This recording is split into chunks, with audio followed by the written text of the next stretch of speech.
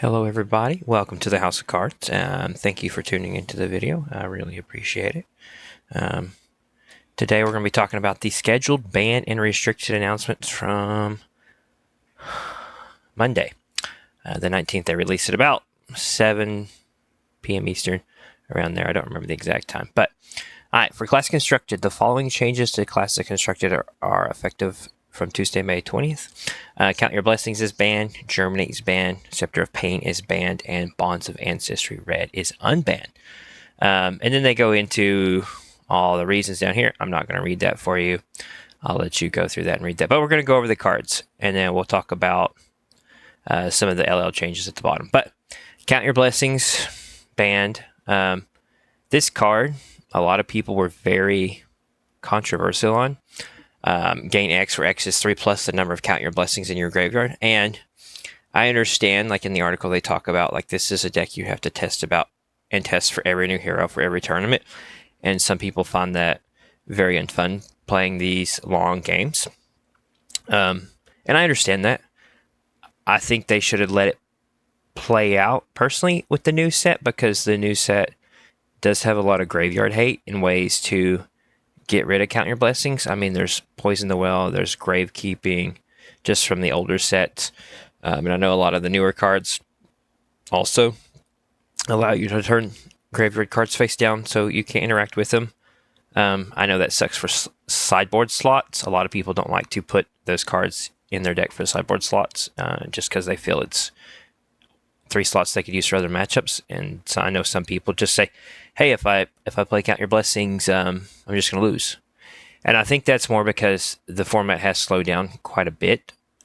Like the premier aggro decks is like Syndra and Fi, are the 2 big ones I've seen when testing. So I understand the appeal of wanting to just get rid of it, not have to worry about it.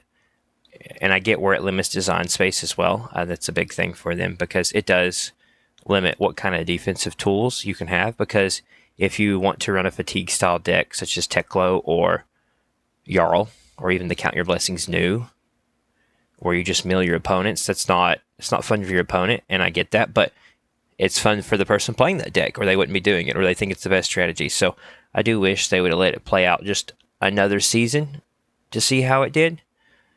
But that's all we can really speculate on, because they talk in a lot of detail about it, and I agree with some of their opinions about that.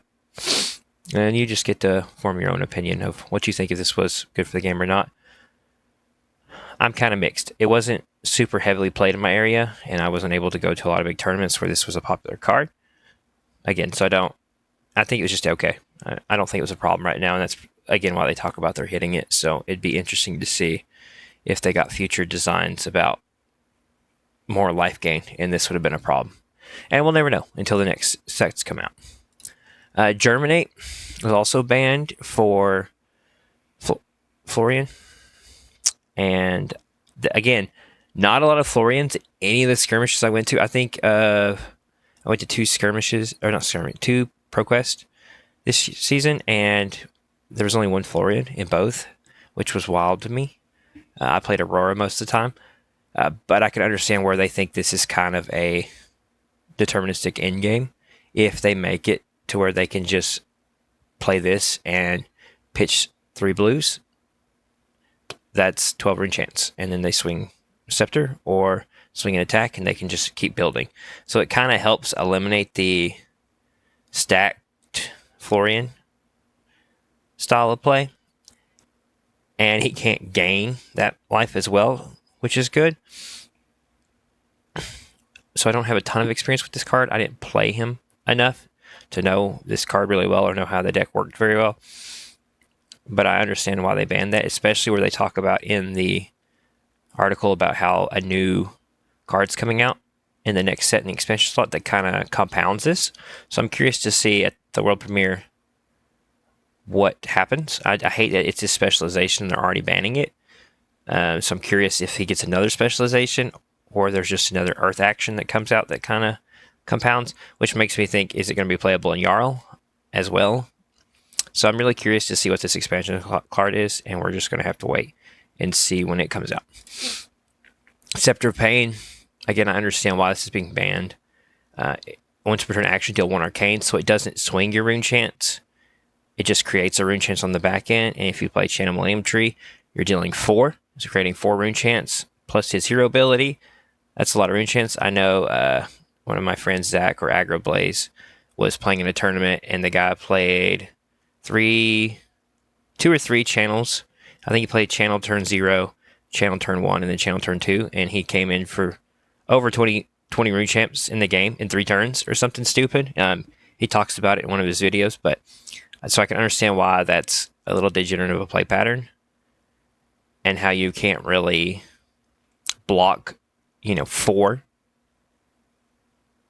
unless you're playing Oasis, but to have the Oasis at that spot's a little tough, so it's hard to block that much arcane in one go. So I understand why they were banning that. Again, I didn't play a lot of Florian, so I don't have a lot of experience with that, but a lot of people tested it, so I know it's a super popular deck. The Runaways talked about it all the time, and how they had a great list out and really enjoyed it and really enjoyed the way it played. So go check out some of their content too. Bond's answer, she's unbanned. I think this is a great thing, especially since Fai's gone, and it allows Katsu to come back, because, I mean, he needs this combo. He needs the combo so bad to have any kind of play, because it forces people to have to interact with you.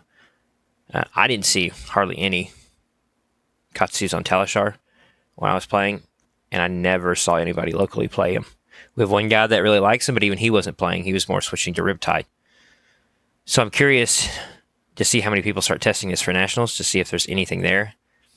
I don't think so. I mean, it's possible he gets another expansion card, and that kind of pushes him a little over the edge, because Katsu can do some very, very dumb things. However, people can block him out very well. People who play Victor really like playing into Katsu. They win all the clashes. They throw big attacks. They can really hamper them. Azalea, again, Rend the Ledger, Remorseless, has some great attacks as well.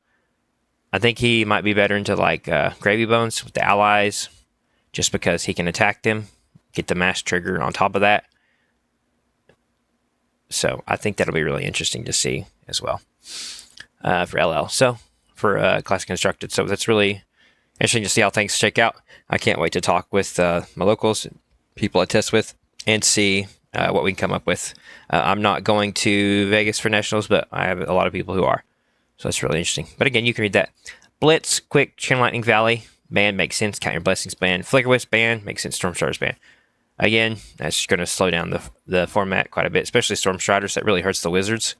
As somebody playing a lot of Acilio, and I played some Verdants here lately, it's really going to slow them down. Aurora especially, that card's so busted in Aurora. Living Legend, interesting. Carrion Husk is banned, Crown of Seeds is banned, Cole's restricted. I think the Hit and Chain in Starvo, Dreadwood Dirge, Succumb, and Hypothermia is unrestricted. So again, they're trying to slow it down, because from what I heard, I never played a lot of LL. Chain was Starvo were just still the strongest. Commoner, Reality Refractors ban. I don't play Commoner. So again, here's the LL point distribution. That's really interesting. The big key is right here. During the first year of legality, a hero earns Living Legend points will be halved. The second year, no multiplier, in all other years times 1.5. So pros and cons to this system, so I'm interested to see how it plays out as well. I think the halved could lead to some problems. Say you have another hero like Bonds Zin or Starvo that is just clearly above and beyond what the power level should be and what they want. Are they going to be stuck around twice as long now, and everybody just plays that one hero? Or would they move a ban and restricted announcement earlier to try to hit those cards like they did with Bonds Zin? So that I'm really curious to see how that plays out. And the other years, the multiplier 1.5, I think is good, especially for older heroes like Bravo, Rhinar, that they just don't win many events. So this will kind of help push them closer to Living Legend, because I know they don't want those heroes to stick around forever, because they have new design spaces and new heroes they want to try out. So I'm glad they're willing to adjust this and make some changes and not afraid to mess with the system. So I'm curious to see over this next year, 2026, especially with they're changing the Elo system. I'm also curious for that and when they'll announce that in more detail, because I don't know about you guys, but I love the little dopamine hit you get when you rank up when you're playing online. That little bar goes up. You get a promotion as someone who played a lot of League of Legends. That's just what you strive for. Just say, hey, look at my rank, I'm better than you. So I'm curious if they're going to go to like the pro points like people talk about Magic. I never played Magic competitively, so I don't really know about that system. But we know the Elo system is not ideal, because if you go to a tier 4 event and you just do well, you can go to top 50 in the world, no problem. You don't even have to play any other events. And it, like they talk about in their dev talk, it encourages people to not play the game, which is what they don't want. So very curious to see how this plays out in 2026 and the end of 2025 to see if they announce anything. But thank you for turning into my video.